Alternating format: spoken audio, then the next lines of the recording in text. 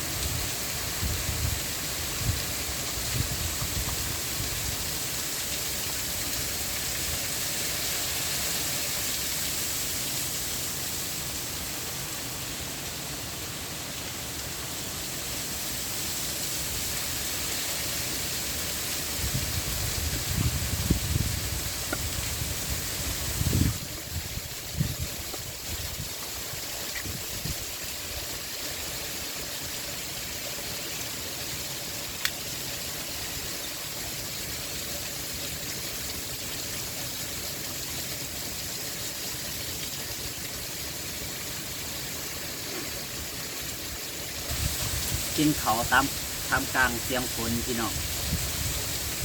มากินเขาเด้อมาไก่แม่นึงมากินเขาทำกลางเสียงฝน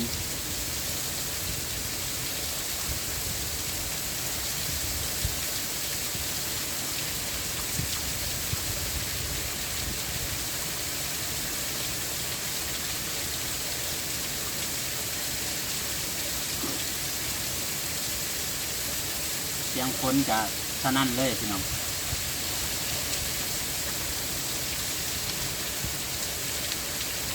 เอากล้องไปทางฝนหน่อยนึง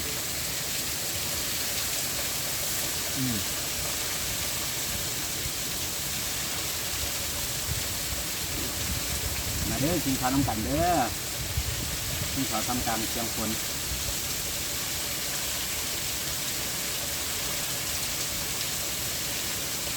แสงมันจะแบบเนาะ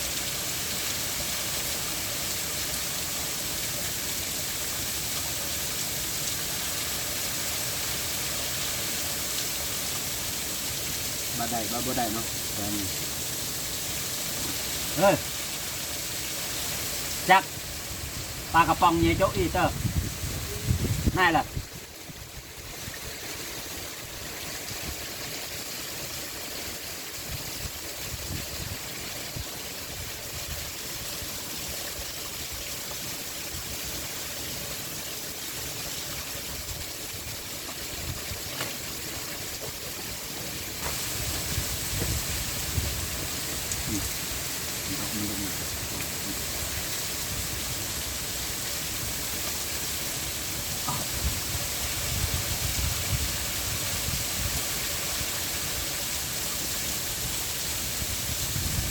ฮอนอู้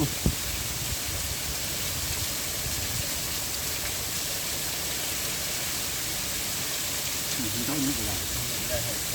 นี่มันตอน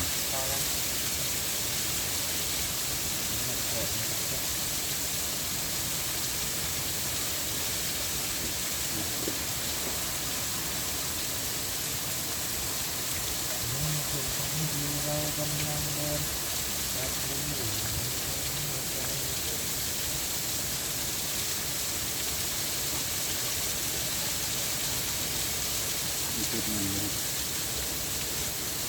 มันเก็บเงินเลย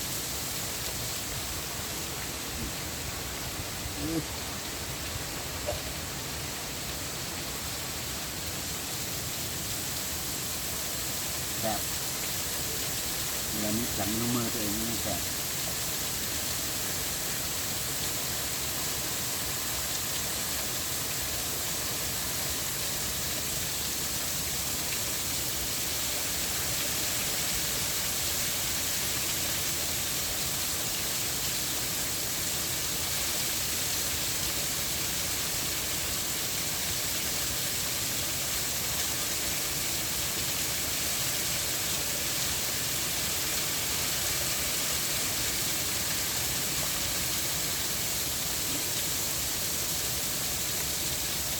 นั่งกินข้าวท่ามกลางเสียงน้ำตกถึงแม้ว่าจุดนี้น้ำตกสีบ่แห้งแต่ว่า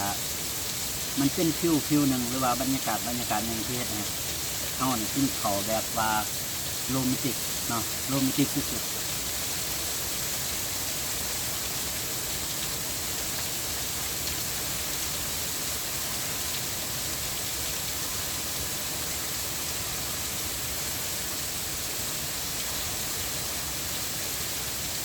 บางคนก็มีความฝันว่าจะไปประเทศนั้นประเทศนี้เนาะแต่ว่าความฝันของเฮาก็คือแบบว่าเฮาได้อยู่กับธรรมศาสตร์หรือว่าอาศัยกับธรรมศาสตร์แล้วก็มีเพื่อนๆพาไปเนาะก็ดีใจแล้วก็มีความสุขหลาย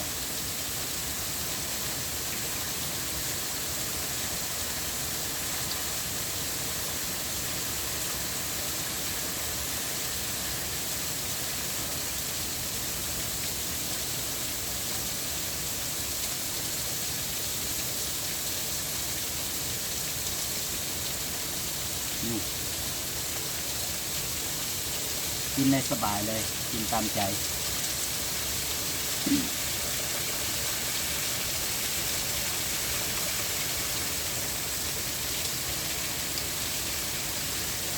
กินเขาน้ำกันเด้อทุกคน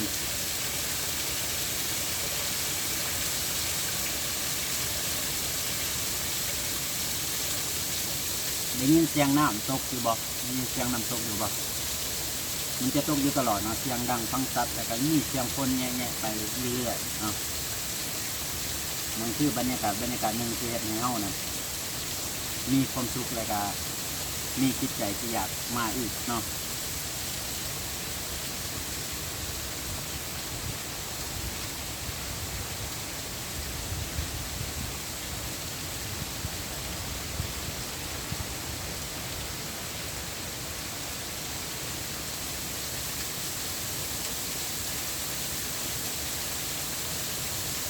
แซ่บๆเหมือนกันพี่น้อง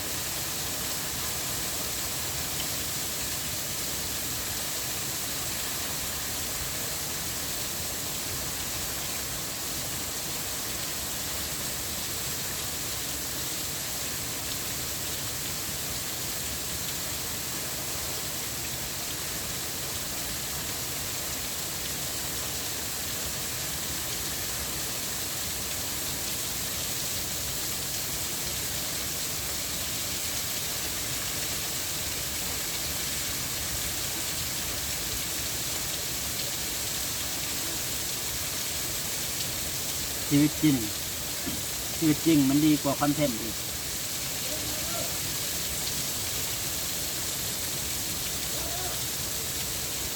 พอแล้วด้วยพอแล้วขน้อย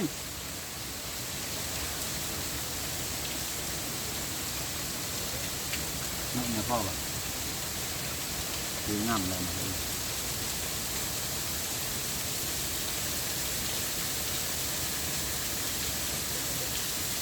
พระอาจารย์เพิ่นเนาะเพิ่นว่าตันโอเคอยู่บ่มากับพระอาจารย์โอเคอยู่บ่เป็นไรเนาะโอเคเนาะ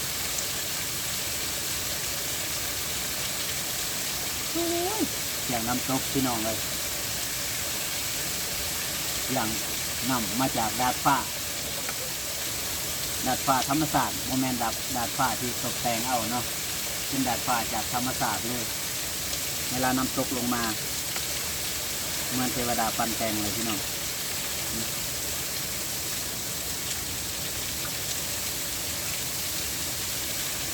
โมเมนต์อาหารเสาร์แล้วก็โมเมนต์อาหารแรงเป็นอาหารเที่ยงที่สุดแซ่บ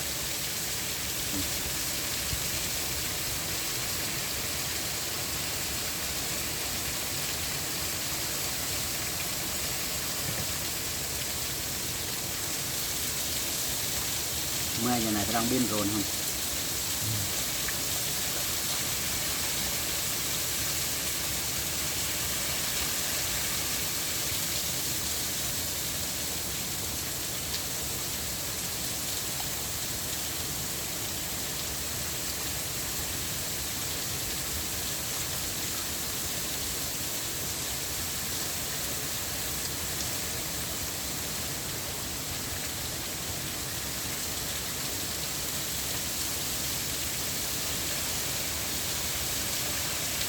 มีช่วงฟ้าสว่างแล้วก็ฟ้ามืดสว่างแล้วก็มืดสว่างแล้วก็มืดแต่สิ่งที่บ่เปลี่ยนแปลงคือเสียงน้ำตกตลอดเลย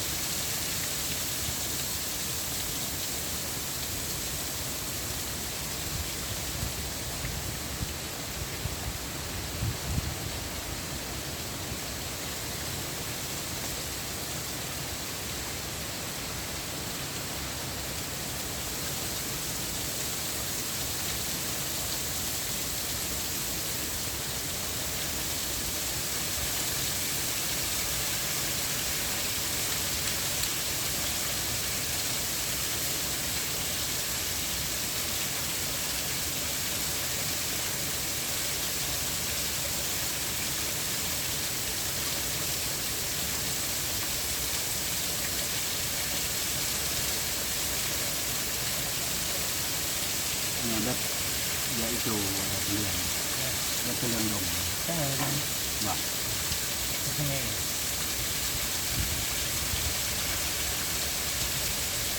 ใช่ไหมโอ้มเดียวกล้วยหมดเลยเริ่ม หรืออยากดู ทุกนะ แล้ว เมื่อ จู เมื่อต่อไปทุกนะ เนี่ยจูหรือเยอะเลยอีกอย่างก็เป็นอย่างเดียวลงทุกข์แล้วครับ เรื่อง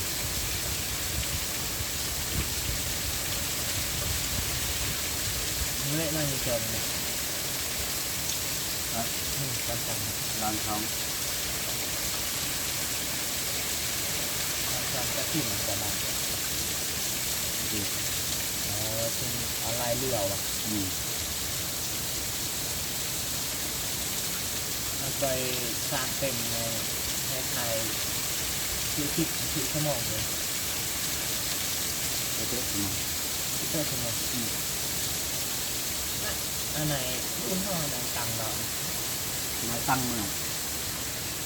เดี๋ยวจนเปิดกันสั่น ก็คันเหยียแบบเพื่อตั้งเนี่ยแล้วก็ดัง ดัง ดังเงี้ย อืม เนี่ยแบบแบบ อืม แต่ก่อนแบบประงานประงองเดี๋ยวมันตะวันเปิดมันจะเป็นแบบ ผมก็ไอ้เปิดไหนจนเปิดจนเปิดตั้งเลยเปิดโทรศัพท์ไหนจนเปิดกันสั่นเนาะ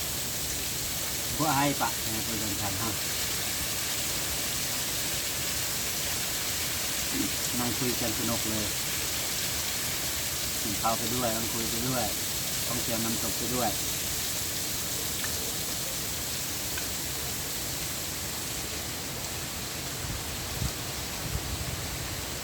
ทริปนี้คุ้มนะ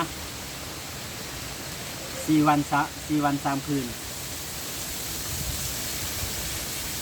ถ้าเขายังถ้าเขาหมดกับมืออื่น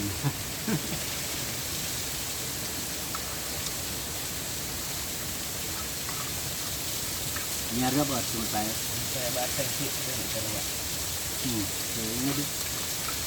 เนี่ยแหละอาจารย์ก็จะโทรศัพท์เนี่ยฮะ วันยายใส่คืนแล้วก็ เดี๋ยวคือเดี๋ยวก็ให้เบิร์ดนี่ก็คุยที่ไหนนะครับเราคุยดังแบบดังนะครับผมบอกขอบคุณหลายๆเด้อที่แวะมาชมฝากทุกคนเอามากดในเด้อทุกคนครับ